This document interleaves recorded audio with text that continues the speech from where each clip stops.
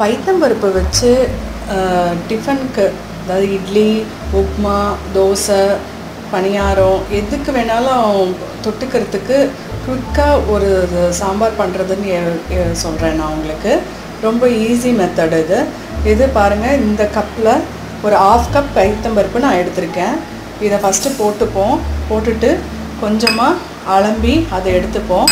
அதுக்கு தேவையான பொருள் என்னென்னா, காரத்துக்கு ஒரு பெரிய பச்சை மிளகாய் எடுத்திருக்கேன், ஒரு வெங்காயம் நல்லா கட் பண்ணி வச்சுருக்கேன், அதுக்கப்புறம் ஒரு தக்காளி, மஞ்சத்தூள், கொஞ்சம் பெருங்காயத்தூள் வேணும், அதுக்கப்புறம் பூண்டு உங்களுக்கு இது இஃப் நெசசரி உங்களுக்கு தேவைப்பட்டால் நீங்கள் எடுத்துக்கலாம், போட்டால் நல்லது தான். இட்ஸ் ஃபார் டைஜஷனுக்கு இது ஹெல்ப் பண்ணும்.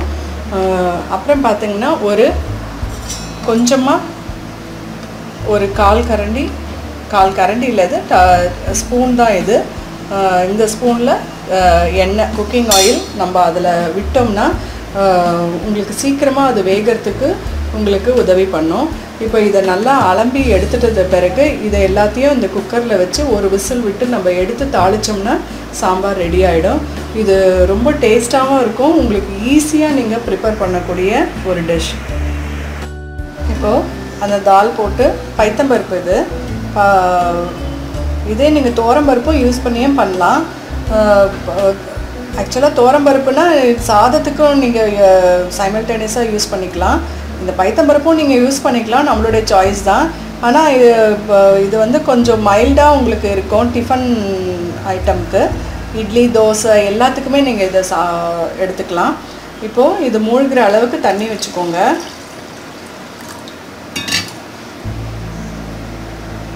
இப்போது இந்த வெங்காயமும் பச்சை மிளகாவும் இதில் போட்டுடலாம். தக்காளி 1 போட்டுறேன்,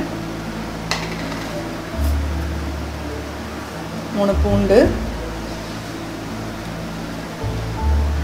கொஞ்சம் மஞ்சள்தூள்,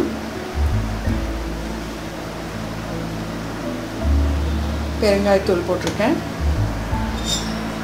கொஞ்சமாக குக்கிங் ஆயில் போட்டிருக்கேன்.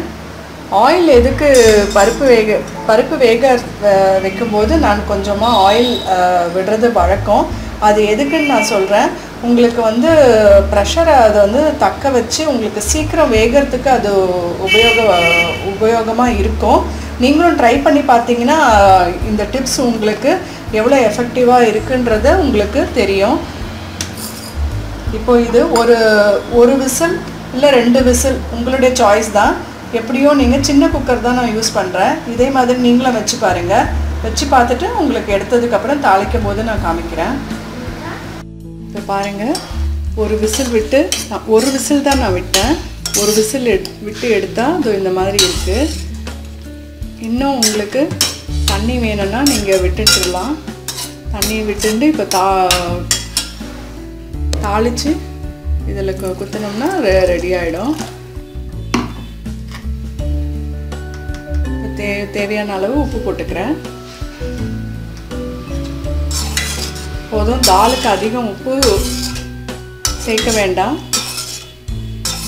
ஏன்னா நல்லா தெரியும். அது கொஞ்சமாக சேர்த்துண்டு அதுக்கப்புறம் உங்களுக்கு வேணும்னா நீங்கள் அப்பப்போ சேர்த்துடலாம். இப்போது இதை தாளித்து விட்டுடலாம்.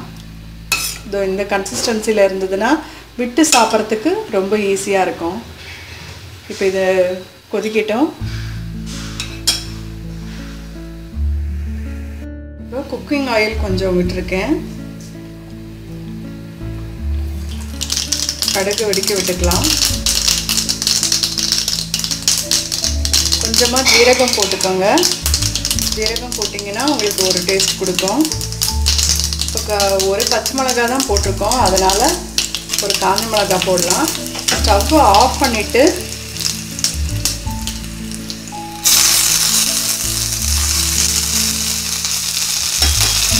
இந்த கொத்தமல்லி கருவேப்பிலை போட்டு வதக்கிக்கோங்க.